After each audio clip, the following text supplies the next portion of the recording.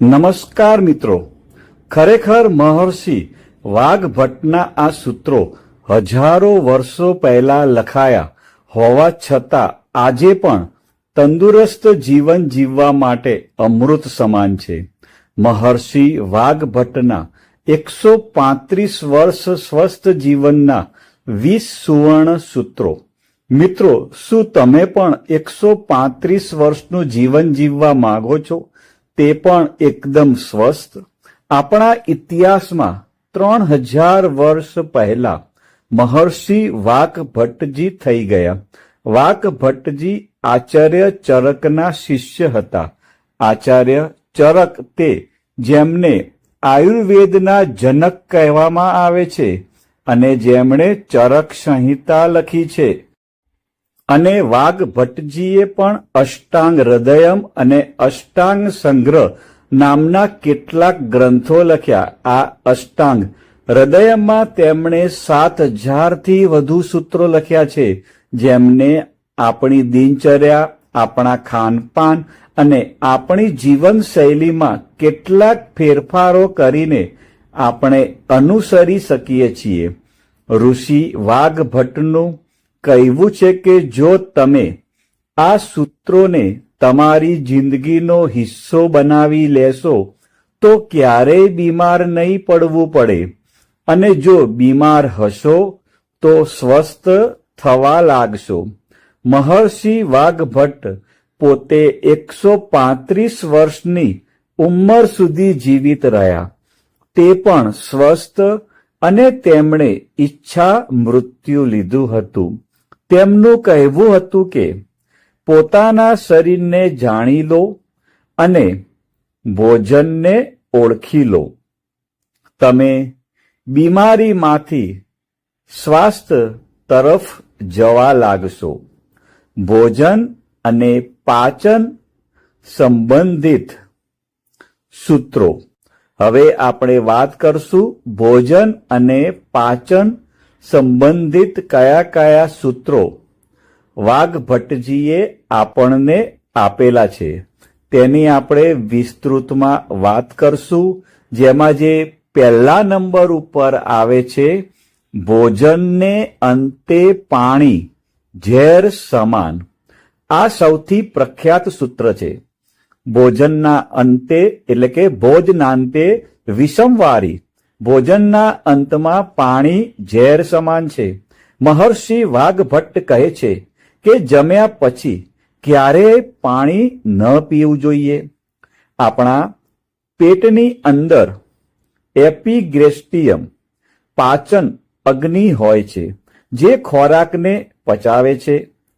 પાણી પીવાથી આપણે તે અગ્નિને ઓલવી દઈએ છીએ, જેનાથી ખોરાક સડવા લાગે છે.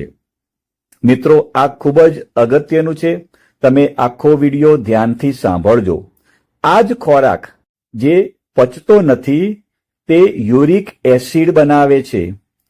તે જ કોલેસ્ટ્રોલ અને ટ્રાયગ્લિસરાઇડ બનીને ધમનીઓમાં જમા થાય છે અને હૃદય રોગના હુમલાનું કારણ બને છે. મિત્રો, ખોરાક પચે તો તમને ક્યારેય બીમારી થશે નહીં. એટલે મિત્રો, જમ્યાના 40 મિનિટથી 1.5 કલાક પછી જ પાણી પીવું. જો પીવું જ હોય તો એકાદ ઘૂંટડો હુંફાળું પાણી પી શકાય છે. મિત્રો, બીજા નંબરની વાત કરીએ તો ભોજન પછી શું પીવું. મિત્રો, જો સમય મુજબ આપણે જો વાત કરીએ તો જમ્યા પછી કંઈક પીવું હોય તો સમય અનુસાર પીવું. મિત્રો, સવારે તમે ફળોનો જ્યુસ પી શકો છો. બપોરે તમે દહીં, છાશ અથવા લસ્સી પી શકો છો. રાત્રે તમે દૂધ પી શકો છો.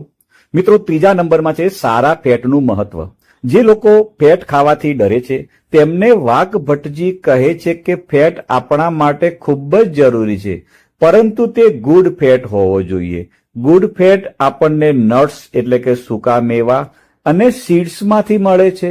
સૌથી શ્રેષ્ઠ ફેટ દેશી ગાયના ઘીમાંથી મળે છે. આ જ ઘી જ આપણા હાડકાને તંદુરસ્ત રાખે છે, સાંધામાં તરાવટ લાવે છે અને આર્થરાઇટિસ જેવી વાતની સમસ્યાઓ થવા દેતું નથી. બેડ ફેટ તે છે જે તળેલું, પ્રોસેસ્ડ ફૂડ, જંક ફૂડ કે બાહ્ય તેલમાંથી આવે છે, તેને ટાળો. વાસી ભોજન ઝેર સમાન. જે ખોરાક લાંબા સમયથી રાખવામાં આવ્યો હોય તેનો ઉપયોગ બિલકુલ ન કરવો જોઈએ. તે ઝેર સમાન થઈ જાય છે. ખોરાક બન્યાના 48 મિનિટ સુધી તેમાં પોષક તત્વો અકબંધ રહે છે.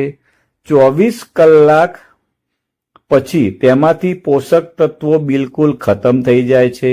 હંમેશા તાજો રાંધેલો ખોરાક જ ખાવો જોઈએ. ખોરાક ચાવીને ખાવો. ખોરાકને મોઢામાં સારી રીતે ચાવીને તેની પેસ્ટ બનાવીને ખાવો જોઈએ. જ્યારે આપણે ખોરાકને સારી રીતે ચાવીએ છીએ ત્યારે મોઢામાંની લાળ ભળે છે. લાળમાં સ્લાઇવરી એમાઇલેજ હોય છે, જે પેટમાં જઈને ખોરાકને પચાવવાનું કામ કરે છે. ખોરાક પચવાની પ્રક્રિયા મોંમાંથી જ શરૂ થઈ જાય છે. જે લોકો ઝડપથી ખાય છે તેમના ખોરાકમાં લાળ ઓછી ભળે છે, જેના કારણે ગેસ, એસિડિટી અને પેટ ફૂલવું જેવી સમસ્યાઓ થાય છે. રાત્રે હળવું ભોજન કરો. દિવસમાં ખોરાક ગમે તેટલો ખાઓ, પરંતુ રાત્રે હળવું ભોજન કરવું. આયુર્વેદ કહે છે કે જો કોઈ વ્યક્તિને બીમાર કરવો હોય તો તેને રાત્રે ભારે ભોજન કરાવવાનું શરૂ કરી દો. સાંજે 6-7 વાગ્યા સુધીમાં ડિનર કરી લેવું. જો મોડું ખાવું પડે તો ખીચડી, દલિયા અથવા ઓટ્સ જેવું હળવું ભોજન લેવું. અઠવાડિયે 1 દિવસ ઉપવાસ કરવો. મહર્ષિ વાઘભટ્ટ ચેતવણી આપતા કહે છે કે અઠવાડિયામાં 6 દિવસ સામાન્ય ખોરાક ખાઓ, પરંતુ 1 દિવસનો ઉપવાસ જરૂર કરો. દર અઠવાડિયે 1 દિવસ તમારા પાચન તંત્રને આરામ આપવો ખૂબ જ જરૂરી છે. આનાથી ઓટોફેજી શરૂ થાય છે, જે શરીરના રોગો સામે લડવાની રોગપ્રતિકારક શક્તિ વધારે છે. જે લોકો શાકાહારી છે તેઓ આખો દિવસ ઉપવાસ ન કરી શકે તો 1 દિવસ માત્ર હળવું ભોજન એટલે કે ખીચડી લઈ શકે છે. ભોજનનો સમય નક્કી કરો. મિત્રો, ખોરાક હંમેશા એક નિર્ધારિત સમયે જ ખાવો જોઈએ. નિશ્ચિત સમયે ભોજન કરવાથી આપણું પાચન તંત્ર તૈયાર થઈ જાય છે કે આ સમયે ખોરાક આવવાનો છે અને તે પાચન માટે સજ્જ રહે છે. વાસણની પસંદગી. એલ્યુમિનિયમને ટાળો. ઋષિ વાઘભટ્ટ કહે છે કે માટીના વાસણોનો જ ઉપયોગ કરવો જોઈએ. આજે જો તે શક્ય ન હોય તો તમે ઘરે દહીં જમાવો તો માટીના વાસણમાં જમાવો. ઉનાળામાં પાણી પીવા માટે માટલું, ઘડો લાવો. એલ્યુમિનિયમના વાસણો બિલકુલ ટાળો. તે શરીર માટે સારું નથી. તેની જગ્યાએ સ્ટીલ અથવા લોખંડનો ઉપયોગ કરો. ભોજન હંમેશા બેસીને ખાઓ. ખોરાક હંમેશા નીચે પલાઠી વાળીને આરામથી બેસીને ખાઓ. કમર અને કરોડરજ્જુને સીધી રાખીને જમવાથી ખોરાક ઝડપથી પચે છે અને શરીરમાં ઝેરી તત્વો ઉત્પન્ન કરતો નથી. પાણી પીવાના નિયમો. સવારે ઉઠીને પાણી. સવારે ઉઠ્યા પછી ઓછામાં ઓછા 2 ગ્લાસ પાણી ઘૂંટડે ઘૂંટડે પીવું. સવારની લાળમાં એમાઇલેજ સૌથી વધારે હોય છે, જે ઔષધિથી ઓછું નથી. આ પાણી લાળ સાથે પેટમાં જઈને મોટા આંતરડાની સારી રીતે સફાઈ કરે છે, જેનાથી પેટ સાફ થઈ જાય છે. તે પેટમાંના વધુ પડતા એસિડિક ઉત્પાદનને પણ શાંત કરે છે. જો તમે આ પાણી ઉકળું બેસીને એટલે કે ભારતીય સ્ક્વોટિંગ પોઝિશનમાં પીઓ છો તો તે સૌથી વધુ ફાયદાકારક છે.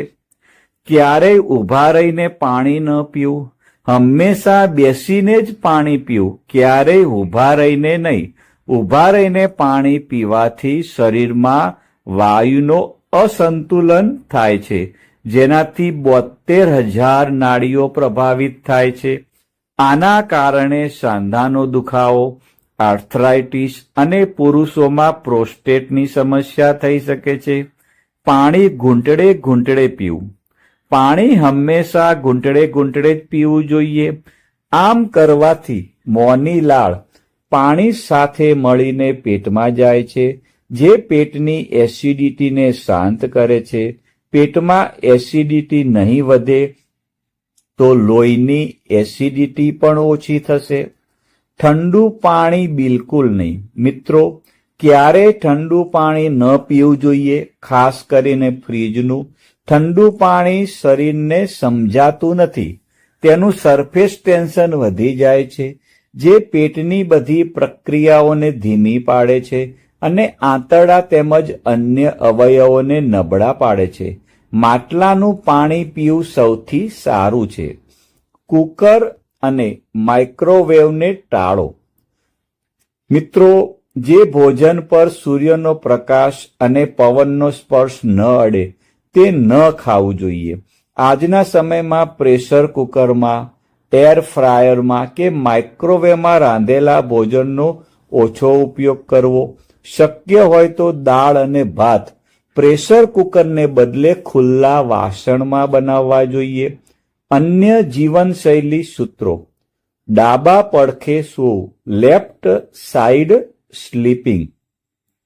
રાત્રે જ્યારે તમે સૂવો ત્યારે ડાબા પડખું ફરીને સૂવું જોઈએ. આપણા પેટની થેલી એટલે કે સ્ટમક ડાબી બાજુ હોય છે. ડાબા પડખે સૂવાથી પેટનો હાઇડ્રોક્લોરિક એસિડ ખોરાકની નળીમાં પાછો આવતો નથી, જેનાથી એસિડિટી, હાર્ટબર્ન અને અપચાની ફરિયાદ થતી નથી. આનાથી હૃદયની ધમનીઓ પણ યોગ્ય રીતે કામ કરે છે અને બરોળને પણ યોગ્ય રક્ત પુરવઠો મળે છે. સૂતી વખતે માથું કઈ દિશામાં રાખવું? મિત્રો, સૂતી વખતે તમારું માથું હંમેશા પૂર્વ દિશા તરફ હોવું જોઈએ. બીજી શ્રેષ્ઠ સ્થિતિ દક્ષિણ દિશા તરફ માથું રાખીને સૂવાની છે. કુદરતી વેગને ક્યારેય ન રોકવા. શરીરના 14 કુદરતી વેગને ક્યારેય ન રોકવા જોઈએ, જે ગતિથી બહાર નીકળવા માંગે છે. છીંક આવવી, પેશાબ, શૌચ જવાનો વેગ, ભૂખ, તરસ, ઊંઘ, આંસુ, ઉબકા આવવા, ડકાર આવવી, વીર્યનો વેગ. આ બધાને રોકવાથી બીમારીઓ શરૂ થાય છે. ઉદાહરણ તરીકે પેશાબ રોકવાથી પ્રોસ્ટેટ અને હર્નિયા જેવી સમસ્યાઓ થઈ શકે છે. તેલ માલિશ અને સમયસર ઊંઘ. અઠવાડિયામાં ઓછામાં ઓછું એકવાર શરીરની તેલ માલિશ જરૂર કરવી. તણાવ મુક્ત રહેવા અને લાંબુ જીવન જીવવા માટે સમયસર સૂવો અને સમયસર ઉઠો. ઊંઘ શરીરમાં હીલિંગનું કામ કરે છે. ઇન્દ્રિયોનું યોગ અને ત્રિફળાનું સેવન. ઇન્દ્રિયોનો યોગ. જેમ જેમ ઉંમર વધે છે તેમ તેમ ઇન્દ્રિયોની શક્તિ ઓછી થવા લાગે છે. પોતાની 5 ઇન્દ્રિયો પર સભાન ધ્યાન આપો. જેમ કે 5 મિનિટ માત્ર ધ્યાન દઈને સાંભળવું કે જોવું. ત્રિફળા આમળા, હરડે, બહેડાનું મિશ્રણને આયુર્વેદની સર્વોત્તમ ઔષધિ અને સંજીવની માનવામાં આવે છે. દરેક વ્યક્તિએ તેનું સેવન જરૂર કરવું જોઈએ.